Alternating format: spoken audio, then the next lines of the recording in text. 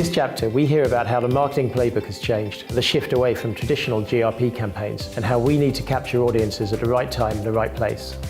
Angela Corton at Fox tells us about a holy grail moment when fans start doing the work for you. But what's interesting is that expectations have changed. Some networks no longer need or expect a huge premiere night due to the way viewers consume content, and audience needs have also changed. They have an insatiable appetite for content, which in itself is redefining the way networks approach their marketing strategies. I think everyone up here has mentioned it, but it is a combination of content and social media to really drive scale and engagement. I think we're moving away from traditional, and I love that you said that, traditional GRP campaigns.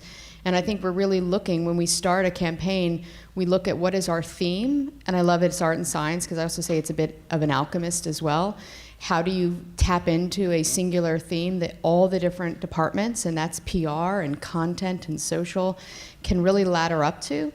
And then it's about being able to push that out, finding the right moment to do that, and how often you're communicating with your fans. And then, you know, the holy grail is when your fans start to do the work for you, and then you can just watch it and follow it and begin to find those moments where you can help amplify that with paid media or with just more awareness on your channel. So it's really leveraging all the different levers that you have, but over a period of time, you know, that may not be the traditional 6-week playbook. It may be 6 months, it may be a full year. To the shift in the traditional time, it's not only leading into launch, which absolutely is right, and for those of us also who have to maintain things between seasons, but it also has to do with what happens once you launch. And I think both we, you know, in premium at least, we have also the advantage of, it's not, you know, if it doesn't have that opening night huge rating, it's not the end of the world, because really, and particularly, you have to look at it this way with how people watch today. You're not just going for that premiere night. You're really trying to build things over time. And I think particularly with some of our shows where we know that it's a word of mouth play,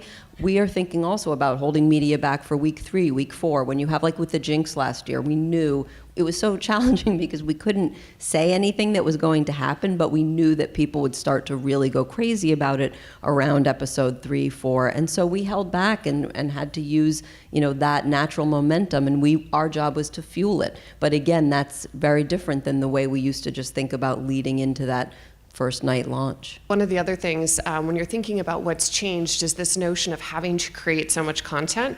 For E, we have a global pop culture brand and a franchise of E! News. It's a heartbeat of our organization. And we are programming and talking to our audiences 24/7 every day of the week on a global basis. And so we know that we have this audience that has such an insatiable appetite for this content. So the challenges of marketers are, how do you figure out how to produce enough content for that? So gone are the days where you're producing a few assets that are traditional, but it's how do you do that on a continuous basis? You know, I think all of us can figure out how you cover the peaks and the big things, but day to day, we have a young millennial audience. How do you think about producing that content that resonates and is relevant and continues to get them to engage? So I think that's a challenge today for marketers of how much content, how do you structure your organizations, how do you think about your marketing teams, what skill sets do you need, and who do you have that can help you do that and figure that out? Just going to add that so much of what we do comes from the story and the story beats throughout the season, and we tend to, we must begin with the strategic concept of what story points, what character evolution is going to engage fans and when, and that in many ways dictates how we spend, where we spend, what platforms we utilize.